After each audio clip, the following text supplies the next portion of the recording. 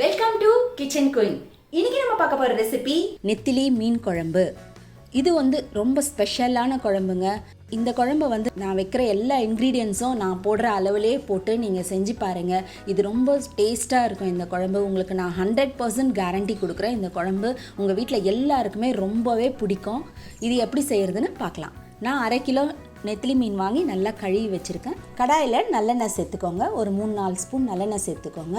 1 spoon வெந்தயம் போட்டுக்கோங்க. வெந்தயம் நல்லா பொரிஞ்சதும் ஒரு 15-20 சின்ன வெங்காயம் இந்த மாதிரி பாதி பாதியாக கட் பண்ணி வச்சுருக்கேன். அதையும் அதோட சேர்த்துருங்க.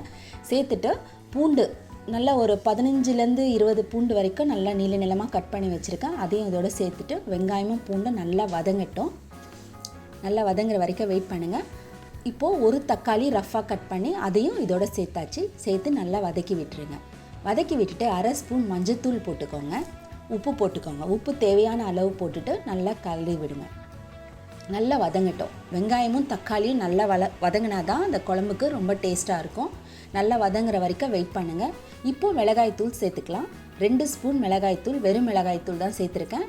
2 ஸ்பூன் தனியாத்தூள் சேர்த்துட்டு நல்லா அந்த மிளகாய்த்தூளும் தனியாத்தூள் அந்த ரா ஸ்மெல் போகிற வரைக்கும் நல்லா வதக்கி விட்டுருங்க.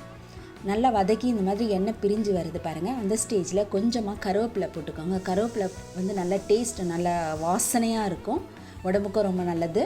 போட்டு அதையும் சேர்த்து நல்லா கிளறி விடுங்க. இந்த மாதிரி நல்லா வதங்கினதும் இப்போ நம்ம புளி கரைச்சி வச்சுருக்கோம். அந்த புளியை இதோட சேர்த்துக்கலாம். நீங்கள் ஒரு எலுமிச்சம்பழம் அளவு சைஸில் புளியை நல்லா கரைச்சி வச்சுக்கோங்க. கரைச்சிட்டு அதை இதோட சேர்த்துட்டு இப்போ தண்ணி வேணும்னா தண்ணி தேவைப்பட்டால் தண்ணியும் உங்கள் குழம்புக்கு ஏற்ற தண்ணியை சேர்த்துக்கோங்க. இந்த ஸ்டேஜில் தண்ணி சேர்த்த பிறகு 3 பச்சை மிளகாய் போட்டிருக்கேன். குழம்பு நல்லா கொதிக்க ஆரம்பிச்சிருச்சுங்க. குழம்பு நல்லா கொதித்து காஞ்ச பிறகு தான் நீங்கள் மீனை போடணும். கொதிக்கிறதுக்கு முன்னாடி நீங்கள் மீனை போட்டிங்கன்னா மீனெல்லாம் உடஞ்சி குழம்பே ஒரு மாதிரி நாசமாகிடும். அதனால் எப்போவுமே மீன் குழம்பு நல்லா காயணும். இப்போ நல்லா கொதித்த உடனே நான் இந்த குழம்புக்கு மாங்காய் போட போகிறேன். அதனால் மாங்காய் சேர்த்துருக்கேன். மாங்காய் சேர்த்து ஒரு கொதிச்சிருச்சு. இப்போது மீனை நம்ம போட போகிறோம். மீனை மெதுவாக இந்த மாதிரி போட்டுக்கோங்க. மீன் போட்டு ஒரு 5 நிமிஷம் இருந்தால் போதும். நெத்திலி மீன் தான், குழம்பு ஆல்ரெடி கொதிச்சிருக்கு, அதனால் சீக்கிரமாக வெந்துடும். ரொம்ப நேரம் டைம் எடுக்காது.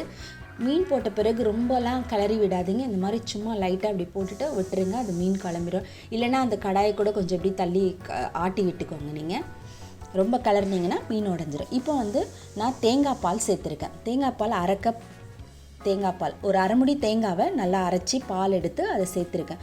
உங்களுக்கு தேங்காய் வேண்டான்னா நீங்கள் தேங்காய் போடாமல் கூட செஞ்சுக்கலாம். பட் இந்த குழம்புக்கு இந்த மாதிரி நீங்கள் தேங்காய் போட்டு செஞ்சிங்கன்னா இது ரொம்ப ஸ்பெஷலாக இருக்கும், நல்லாயிருக்கும்.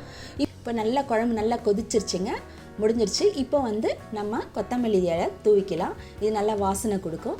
அவ்வளோதாங்க, நம்மளுடைய நெத்திலி மீன் குழம்பு சூப்பராக யம்மியாக ரெடி ஆகிடுச்சு.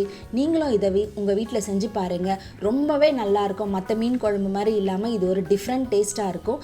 உங்களுடைய ஃபீட்பேக்கை என்னுடைய கமெண்ட் பாக்ஸில் போடுங்க. என்னங்க ரெசிபி பார்த்தீங்களா? பிடிச்சிருந்ததா? சூப்பராக இருந்துச்சா? உங்கள் எல்லாருக்கும் ஒரு சின்ன ரெக்வஸ்ட். அது என்னென்னா, என்னுடைய பேஜை லைக் பண்ணுங்கள், கமெண்ட்